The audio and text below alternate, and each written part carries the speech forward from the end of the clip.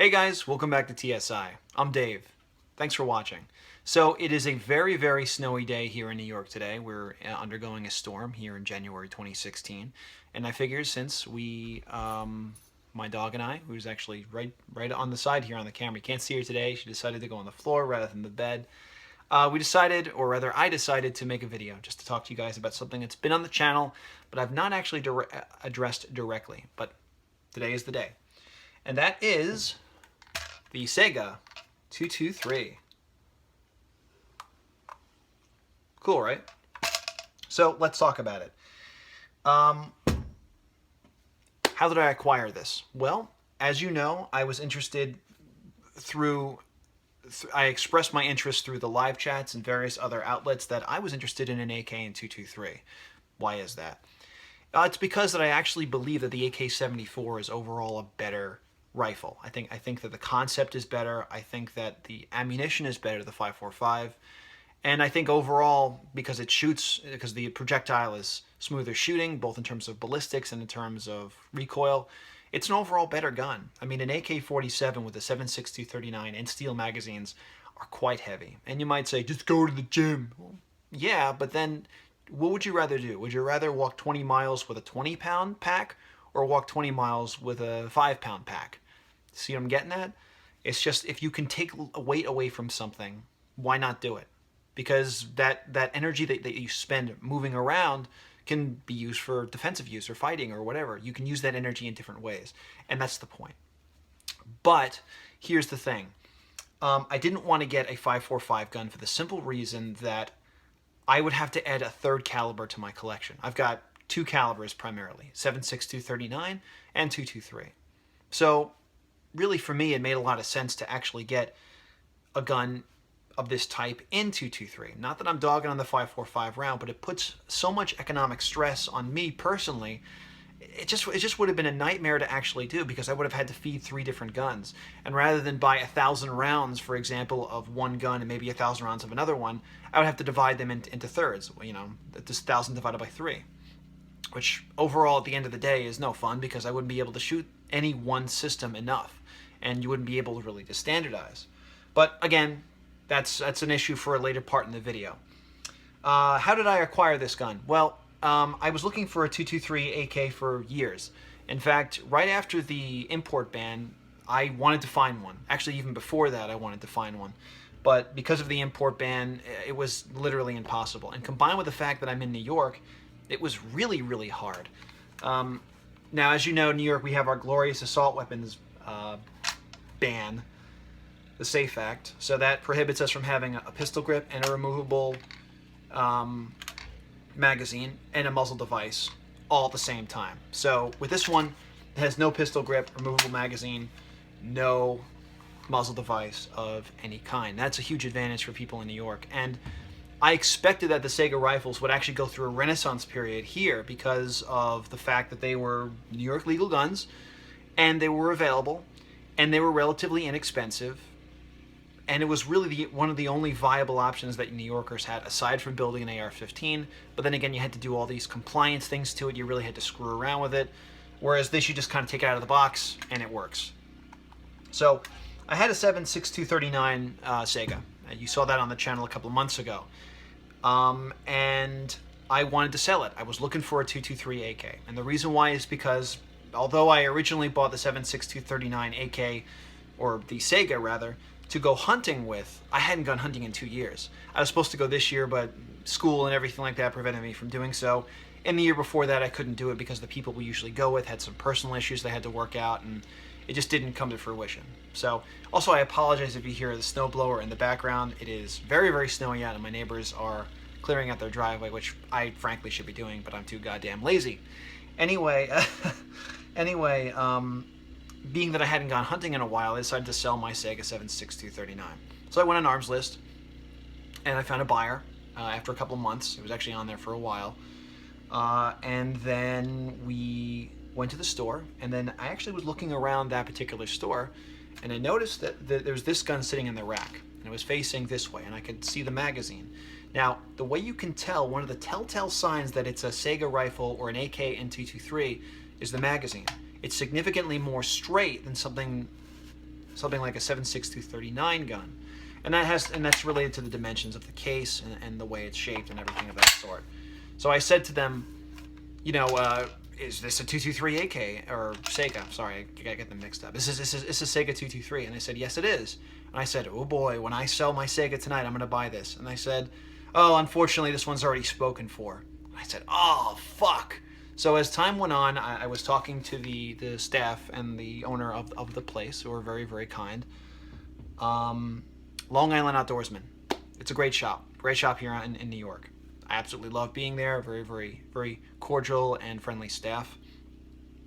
They said, you know what? The guy who was looking for this gun hadn't shown up in 2 weeks. He reserved it 2 weeks ago. He just hadn't shown up. We're going to sell it to you tonight because we like you and because you seem really interested in the gun. I'm like, well, fuck yeah. So I bought it, and I was immensely happy until I got home. Now, as you know, I'm an admin on ARG, a Regular Guy Firearms page, the Facebook version, the Facebook variant of the whole community. And I told them about it. I said, I have a Saiga 223. And some of them got mad, like really fucking pissed at me for that. They were actually pretty livid about the whole thing. They called it the gay K. Which, it's a funny thing to say, but I don't get it for the reasons why I'll say above, or I'll speak to it. So they were really pissed about it. And some of the disadvantages they brought up to me about the Saiga 223 or AKs and 223 in general is that because of the case, the 223, the Saiga platform loses some reliability. So what does that mean exactly? Well, if you know anything about the 7.62, or rather the 7.6239, the 5.45, and the 223, they're different in a wide variety of reasons. But let's compare the 7.6239 to, well, actually let's compare the 5.45 by 39 to the 223. If you know them, they're both very small intermediate cartridges. They're significantly smaller than their cousin, the 7.6239, which is a 30 caliber round. The 5.45 is a 21 caliber round, and the 223 is a 22 caliber round. So the main difference between 5.45, 39, and 223 is the taper in the case. The 5.45 round has a significant taper on it, which makes it easier for the Saigas or the AK's extractor to grab onto it and fly it out or throw it out.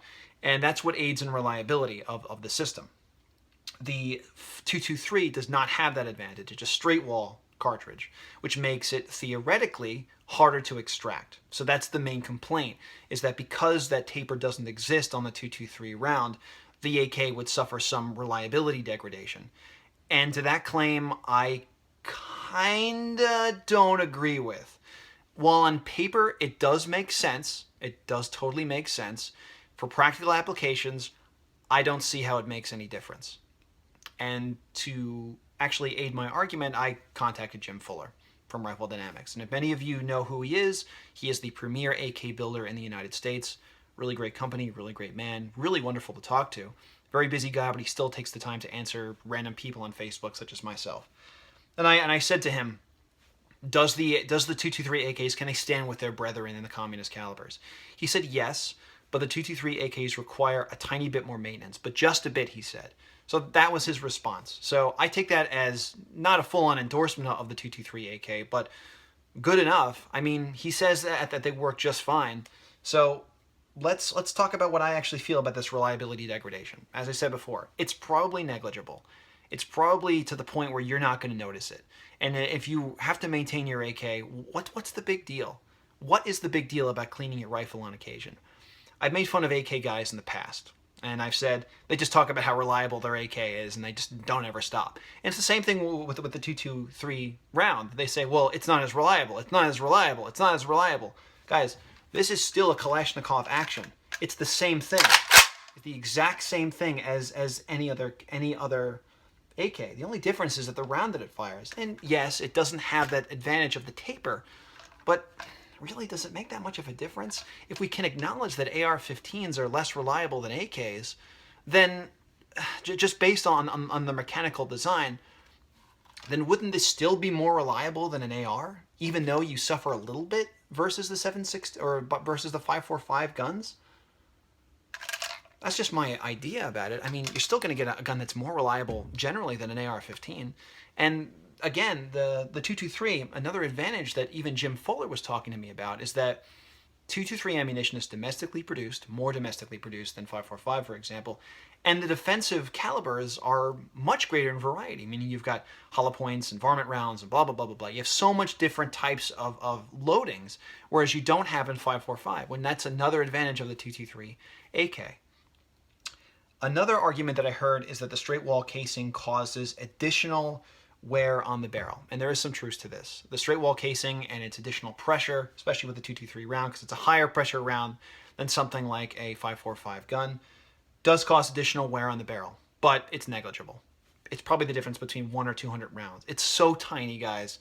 It's such a tiny, tiny, tiny. I don't even know what the percentage is, but it can't be. It probably is the difference between maybe 200 or 300 rounds in terms of barrel life, and that really isn't much. So, why am I doing this? Why did I select this gun? Well, it's as I said, I wanted a 74, but I didn't want to adopt a third caliber. And that's pretty much it. I have a lot of 223. I have a lot. And it doesn't make sense to buy a third caliber when you've got a perfectly serviceable round that works in your AR-15s. So why? Why not?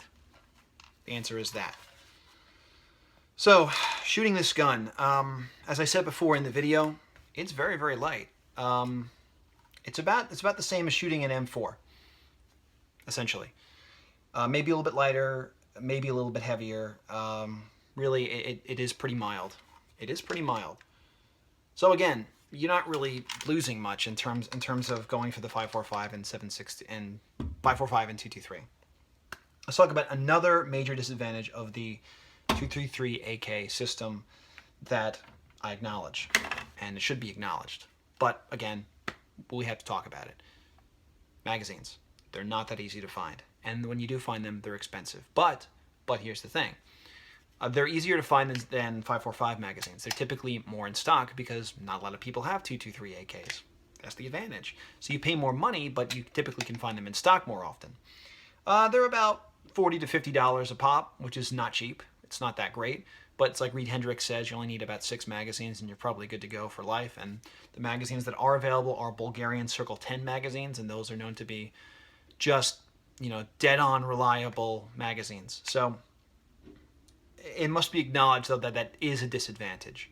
And I know the first thing that a lot of people are going to say is that, what about the definitive arms conversion that makes it so that these guns can use AR-15 magazines? Well, yes, you could do that, but consider this. The definitive arms conversion is not cheap. It is, I think, to actually convert the gun itself is about $400 to actually get it not bastardized, and plus you have to add the magwell. And that magwell actually adds a substantial amount of steel to the gun right here. So it adds weight. It adds a significant amount of weight. And at that point, when you've got all that weight on the gun, it's not that much, but honestly, guys, it does add weight.